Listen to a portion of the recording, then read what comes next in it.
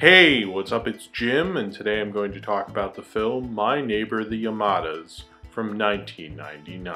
And this is continuing my quest to review all of the films of Studio Ghibli, and this one is directed by Isao Takahata. Takahata's made a lot of slice of life films. I think that's kind of what his direction style is most known for, and his need to just break out and be a little more experimental in his animation has really come together in My Neighbor the Yamadas. It's more slice of life than any of his other films because there's no plot to it. It's just a series of vignettes about this family, the Yamadas. This is based on the comic strip also called My Neighbor the Yamadas, and it's a comic strip that centers around a family in Japan, and eventually it actually became more about their daughter Noniko in actually 1997. So I'm kind of wondering if while they were developing My Neighbor the Yamadas, that decision was made, but Takahata decided to make this more about the family, and it doesn't really center around one character, probably more so the adults, but she's probably the family member in it the least, despite the fact that she would eventually take over the comic strip, which is kind of like what happened with Elmo and Sesame Street. It has more of a comic strip, like newspaper comic strip style, because this was based on a newspaper comic strip, and Takahata does have a lot of fun with that. He breaks away from it, sometimes in ways that make sense thematically or storytelling wise. Other times it does feel a little randomly thrown in there, but it kind of intensifies that moment by changing that style. Certainly there's a part in the beginning, this older woman is speaking at the Yamada's wedding and talking about marriage, and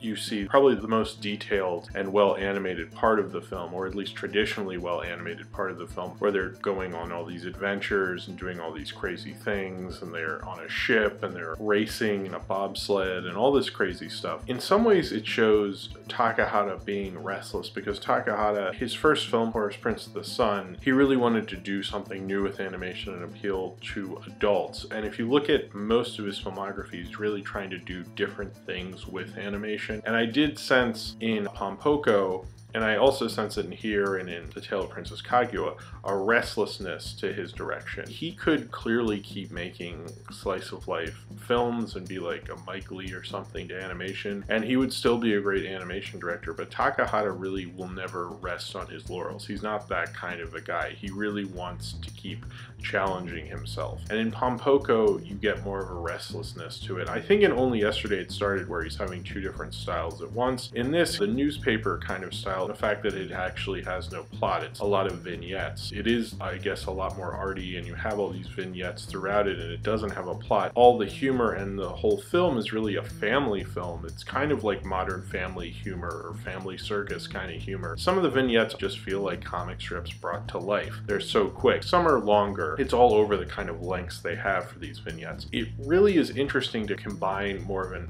arty style with a family film, and I think family films are considered more blander, the storytelling's not as good. When you see a family film like a Hollywood family film, that usually means, for me, I always think, oh, that means it sucks, because it has to be family friendly, it has to appeal to all these things, and My Neighbor the Yamadas flies in the face of all that. I don't know many arty family films that still really work as family films, and My Neighbor the Yamadas does that very well. This is like a character study of a family and not a person, and since you're not getting to the plot, when you build a relationship with a character, it's usually so you can go through this plot and care about them. But instead of going to those plots, you're just going through these vignettes. So it does feel like they're like kind of friends or family, the way this film is told through these vignettes. It feels like everyday slice of lifeness. And it's almost like Takahata really achieved the ultimate slice of life movie, because this really does feel like a slice of life, more so than all the others. It says more about him as a director that he cared so much about character. When you think of Studio Ghibli, they're a studio that really obviously cares a lot about character and doing interesting things with that character through the story to tell the story, and it's almost like Takahata had to take it to that incredible extreme to make My Neighbor the Yamadas. So this is actually the first Studio Ghibli film to use computer animation. They did a lot of this in computers, but it tries to look more like a newspaper style, and it's kind of like Takahata to be the one to bring in that new style. I've noticed through a lot of reviews people aren't in love with this film. The first time I watched it, I didn't have any problem with it. I really got through it. I thought it was a really great great way to go about a family film. And this most recent time I had a little more trouble. I was fine watching it. It's a good movie. You're not really sure of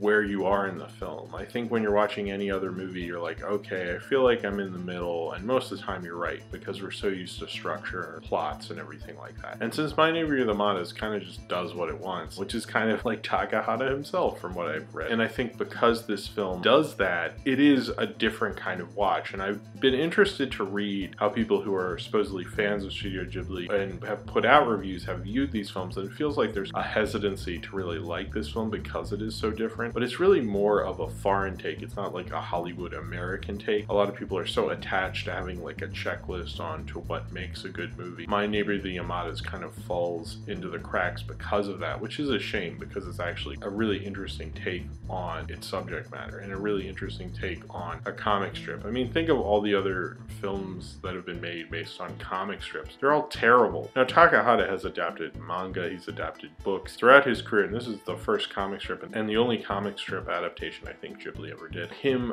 going off and doing such a different type of film shows how adventurous he was as a director, but it also shows how unadventurous audiences can really be with something like this. This did not do very well. It got pretty good reviews from critics, but it didn't do as well as they're used to. And even though a lot of the plots and a lot of the vignettes would safely fit into a Modern Family episode, there would be a comic strip that your mom would cut out and put on the fridge. And that's the interesting dynamic between My Neighbor the Yamadas. The way it's plotted is not audience friendly, but the film itself is like really audience friendly. In fact, it's very digestible, but it's almost like an undigestible, very digestible movie. And I think Takahata, when he did Grave of the Fireflies, he did a kind of story nobody thought could work in an animated film. And when you get to this point, it's almost like he wants to make a film that no one else wouldn't ever even think to make. I think Pompoko is another example of that.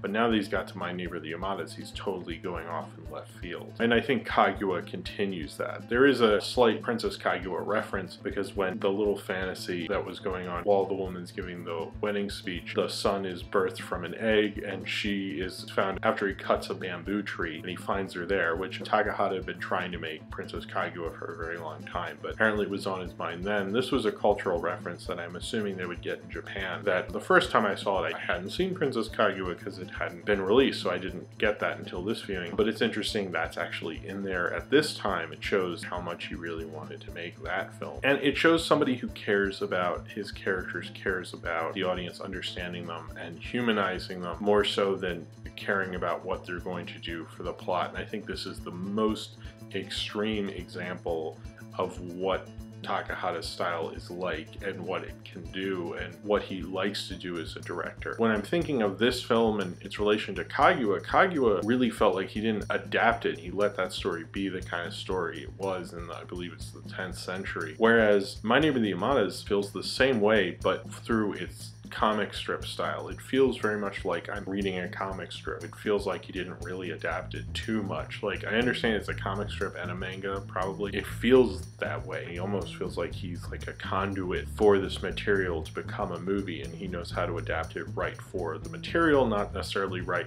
for him as a director to fit his style. It definitely does all those things, but it almost feels like he kind of just doesn't really care about that. He's really an auteur who will scale back his personal style for the movie. It's almost like at this point it doesn't feel like he has a personal style. He took that away for My Neighbor the Yamadas. He almost has more of a subject matter style than a style that you can really identify like Miyazaki. Him and Miyazaki are so interesting because they're so different in a lot of ways, but they understand why each other is so great. Well, Miyazaki at this time is between Mononoke and Spirited Away. My Neighbor the Yamadas is such a different kind of film. He's making these films about these great stories, these big epic animated films, and he's making the most smallest domestic suburban film that you can possibly think of. It can get a little repetitive. The faults of that kind of family-friendly humor are in here, as well as the glory of it. How he's changing styles and having this newspaper style and having kind of an arty style that reminds me of Plimpton, and all that coming together made My Neighbor the Yamadas a really interesting animated film. Family films, most of them are so bland and boring, and you flip on ABC Family and go, ugh, never mind, I don't know why I thought about this. And My Neighbor the Yamadas is so much more alive than that, while still being that. And I think that's the more interesting thing about a seasoned director doing something like this. this. You think of an older director making a family film, and that honestly makes me go ick. But My Neighbor the Yamadas has so much life to it. It has that fun of being a family unit. It has that love of family, that understanding of family, and that feeling of family. And I think that's something that a lot of family films and shows and so forth, that's why they fail, because you don't get that feeling, whereas My Neighbor the Yamadas is just reeking all throughout. Certainly, I don't think it's Takahata's best film. I think it's a film that's a lot riskier than you'd really expect from the jokes and the subject matter. One thing about how you should view a film is how it's about it, not what it's about. And I think this is a very extreme example of that with My Neighbor the Yamadas, because Takahata did that in such an incredible way that he made a really interesting and artful family-friendly movie about a family. It maybe doesn't fit into the mold of your typical Studio Ghibli kind of a film, but Studio Ghibli never liked to fit into its molds. They never tried to do that, and I think My Neighbor the Yamadas is an extreme example, but I think that's why it's so great, is I can't think of another film that's really like it. Even though that kind of film might not be the most exciting and sexy kind of film, it still shows the kind of different, amazing director Isao Takahata could really be, and what he could do with any kind of story and let it breathe and become the kind of movie that it really should be, rather than let his auteurism take it over and be the kind of film it should be for Takahata. It's more the kind of film it should be for the subject matter, and the subject matter that he's making it out of, and My Neighbor the Yamadas shows that better, I think, than any of them. He's really taking a risk in his adaptation, but it really comes through, and you really understand and love these characters by the end, and I can understand exactly who they are and why they do certain things and their humor, and expect things from them, just like you can from your own family. So if you have seen My Neighbors the Yamadas and you would like to talk about it, then comment below in the comments, and subscribe if you would like to. And check out my Studio Ghibli review playlist. The annotation will be linked below. Also, with this review, I have now reviewed all of Isao Takahata's films, and if you would like to check them out, they will be in the playlist, and I have reviewed all of them from Horus Prince of the Sun to The Tale of Princess Kaguya. And thank you very much for watching, and I hope to see you next time.